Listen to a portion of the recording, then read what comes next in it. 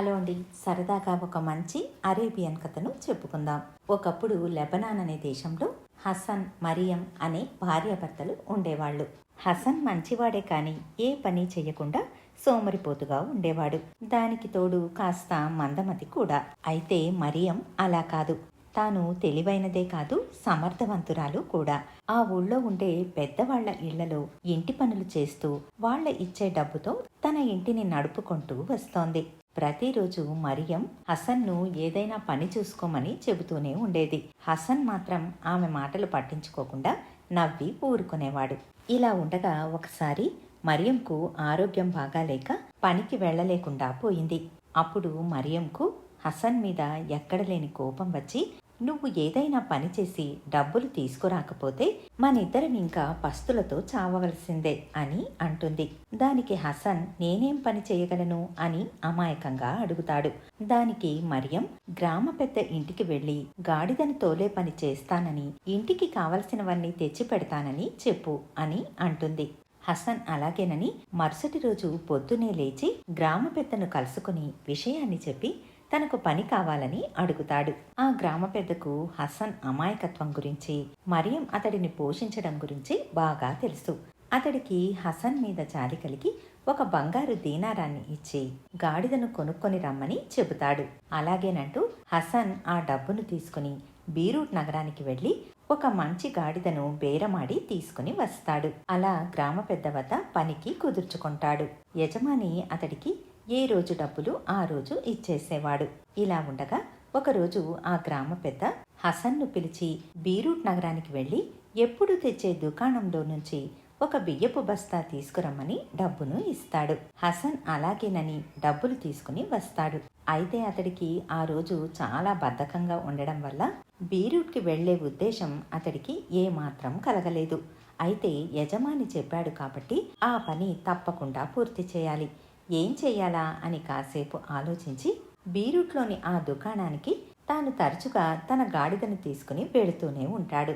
కాబట్టి తన గాడిదకు కూడా ఆ దుకాణం బాగా తెలుసు. అందువల్ల గాడిదను ఒక్కదాన్నే పంపించాలని నిర్ణయించుకుంటాడు. గాడిద వద్దకు వెళ్లి యజమాని చెప్పిన దుకాణం పేరు చెప్పి, చూడు, మనం ఎప్పుడు వెళ్లే దుకాణమే. నువ్వీరోజు ఒంటరిగా వెళ్ళి బియ్యపు బస్తా కొనుక్కుని వస్తావా అని అడుగుతాడు. గాడిద తన అలవాటు ప్రకారం తలను పైకి కిందకి ఆడిస్తుంది. ఇది చూసిన హసన్ తన మాటలు గాడిదకు బాగా అర్థమయ్యిందని, తాను ఒంటరిగా వెళ్లి బియ్యపు బస్తా కొనుక్కొని రావడానికి ఒప్పుకొనిందని ఎంతో సంతోషించి ఆ గాడిద తల మీద ఒక తలపాగా చుట్టి ఆ మడతలో బియ్యపు బస్తా కొనటానికి యజమాని ఇచ్చిన దీనార్ను పెట్టి బీరూట్కి వెళ్లే దారి మీద వదిలి ఇక వెళ్లమని చెబుతాడు. ముందుకు వెళుతున్న గాడిదను కనిపించేదాకా చూసి మళ్ళీ ఇంటి ముఖం పడతాడు. ఆ సమయంలో గాడిద లేకుండా ఒంటరిగా వచ్చిన భర్తను చూసి మరియం ఆశ్చర్యంగా గాడిద ఎక్కడా అని అడుగుతుంది. దానికి హసన్, గాడిదను బియ్యపు బస్తా తేవటానికి బీరూట్కు పంపించాను. అడిగే పంపించానులే, ఒంటరిగా వెళతావా అంటే వెళతాను అని తలాడించింది. ఇంకాసేపట్లో యజమాని అడిగిన బియ్యపు బస్తాని తెస్తుంది అని అంటాడు. ఆ మాటలు విన్న మరియంకు తన భర్త తెలివి తక్కువ తనాన్ని చూసి మతిపోయినంత పని అయ్యింది. కోపంతో, అసలు నీకు బుద్ధుందా? నీ తెలివి తక్కువతో గాడిదను దీనార్ను కూడా పోగొట్టుకున్నావు. ముందుగా ఇక్కడి నుంచి బయలుదేరి దానికోసం వెతుకు. గాడిదను బియ్యాన్ని తీసుకురాకుండా ఇంటి వైపుకు రావద్దు అని చిందులు వేస్తుంది. బిత్తరపోయిన హసన్ పరిగెత్తుకుంటూ గాడిద వెళ్లిన బీరూట్ నగరం వైపుకి బయలుదేరుతాడు. ఆయాసంతో పరిగెత్తుతున్న హసన్కు గాడిద ఎక్కడా కనిపించలేదు. చివరికి బీరూట్ నగరానికి వెళ్లి యజమాని చెప్పిన కొట్టు వద్దకు వెళ్లి ఆ వర్తకుడితో, మా గాడిద వచ్చి మీ దగ్గర బియ్యం కొని తీసుకెళ్ళిందా? అది ఇంకా ఇంటికి రాలేదు అని అడుగుతాడు. హసన్ తెలివి తక్కువతనాన్ని గ్రహించిన వర్తకుడు ఇతడిని ఆట పట్టించాలని, అవునవును, మీ గాడిద పొద్దున మా దుకాణంలో బియ్యం కొనటానికి వచ్చింది. కానీ మా దుకాణంలోని బియ్యం దానికి నచ్చలేదు. అందుకే ఆ ఎదురుగా ఉన్న దుకాణానికి వెళ్ళింది అని ఇంకొక దుకాణాన్ని చూపిస్తాడు. హసన్ ఆ దుకాణానికి వెళతాడు. ఇంతలో మొదటి దుకాణం వాడు రెండవ దుకాణం వాడికి సైగలు చేస్తాడు. విషయాన్ని అర్థం చేసుకున్న రెండవ దుకాణం వాడు అక్కడికి వచ్చిన హసన్తో ఏం కావాలి అని అడుగుతాడు. దానికి హసన్, మా గాడిద మీ దుకాణానికి వచ్చి బియ్యం బస్తా కొనుక్కుని వెళ్ళిందా? అది ఇంతవరకు ఇంటికి రాలేదు అని అడుగుతాడు. దానికి రెండవ దుకాణం వాడు, మీ గాడిద వచ్చిన మాట నిజమే కాని దానికి మా దుకాణంలోని బియ్యం నచ్చలేదు. అందువల్లే అది జాఫా నగరంలో ఉన్న బియ్యాన్ని కొనుక్కుంటానని అక్కడికి వెళ్ళింది అని చెబుతాడు. హసన్కు కంగారు ఎక్కువైంది. తాను జాఫా నగరానికి వెళ్ళి గాడిదను వెనక్కి తీసుకుని ఇంటికి వెళ్ళాలి. లేకపోతే భార్య మరియం ఇంటి లోపలికి కూడా రానివ్వదు. అందువల్ల అతడు ఆ వర్తకుడి వద్దే 1 దీనార్ అప్పు తీసుకుని జాఫా నగరానికి వెళతాడు. హసన్ జాఫా నగరం అంతా చుట్టి చూస్తాడు. కాని అతడికి తన గాడిద మాత్రం కనిపించలేదు. తరువాత ఒక పెద్ద బియ్యపు కొట్టుకు వెళతాడు. ఆ యజమానితో, మా గాడిద బియ్యం కొనటానికి ఇక్కడికి వచ్చిందా? అది ఇంటికి తిరిగి రాలేదు అని అడుగుతాడు. హసన్ తెలివి తక్కువ వాడని ఆ కొట్టు యజమాని అర్థం చేసుకుంటాడు. అతడికి ఎప్పటినుంచో ఆ నగరపు ప్రధాన న్యాయాధికారి మీద పగ ఉంది.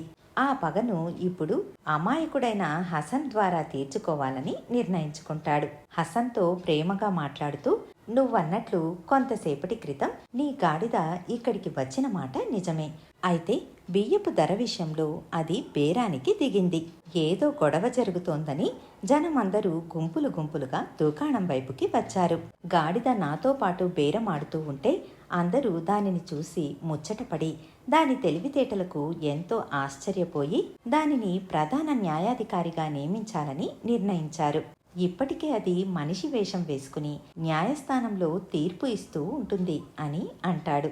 అంతేకాకుండా ఆ వర్తకుడు హసన్ను తనతో పాటు తీసుకెళ్లి న్యాయాధికారి తీర్పులిస్తూ కూర్చొని న్యాయస్థానం ఎక్కడుందో చూపించి తాను వెళ్ళిపోతాడు. వాకిలి వద్దకు చేరుకున్న హసన్కు ఒక సందేహం వస్తుంది. ఇప్పుడు తన గాడిద న్యాయాధికారి హోదాలో ఉంది. తాను పిలిస్తే వస్తుందో రాదో అన్న అనుమానం కలిగింది. వెంటనే తిరిగి వెళ్లి ఒక ముల్లంగి దుంపల కట్టకొని మళ్లీ న్యాయస్థానం వద్దకు వస్తాడు. అయితే కాపలాదారుడు అతనిని లోపలికి వెళ్లకుండా అడ్డుకుంటున్నాడు. హసన్ వాడితో తగాదా పడుతున్నాడు. న్యాయాధికారికి ఈ మాటలు వినిపించి హసన్ను లోపలికి పంపించమని అడుగుతాడు. హసన్ లోపలికి వచ్చి ముల్లంగి కట్టను ఆడిస్తూ న్యాయాధికారికి చూపిస్తూ, బియ్యం కొనుక్కొని రమ్మని 1 దీనారిస్తే ఆ పని చెయ్యకుండా ఇక్కడ న్యాయాధికారి దుస్తులు వేసుకుని న్యాయం చెప్పడానికి కూర్చున్నావా? మర్యాదగా నాతో పాటు రా, నా దీనార్ నాకు ఇచ్చేయ్ అని అంటాడు. న్యాయాధికారికి హసన్ వెర్రిబాగుల వాడని, ఇదంతా ఆ కొట్టువాడు చేసిన పనని తెలుసుకుంటాడు. అతడు సౌమ్యంగా, నీ గాడిదను ఎంత పెట్టి కొన్నావు అని అడుగుతాడు. దానికి హసన్, 1 బంగారు దీనారం పెట్టి కొన్నాను అని అంటాడు. న్యాయాధికారి అతడికి 4 బంగారు దీనారాలు ఇచ్చి, దీనిని తీసుకుని ఇంక గొడవ చేయకుండా మర్యాదగా ఇంటికి వెళ్ళు అని అంటాడు. హసన్ బతుకు జీవుడా అని అనుకుంటూ మరొక గాడిదను కొని యజమాని చెప్పినట్లు 1 బస్తా బియ్యాన్ని కొని ఆ బస్తా బియ్యాన్ని గాడిద మీద వేసుకుని తన ఊరు చేరుకున్నాడు. యజమానికి బియ్యపు బస్తాను ఇచ్చి గాడిదతో ఇల్లు చేరుకుంటాడు. అప్పటినుంచి హసన్ ఎప్పుడూ గాడిదల మాట నమ్మలేదు. ఇదండి కథ. మళ్ళీ మరొక మంచి కథతో మీ ముందుంటాను. ధన్యవాదాలు.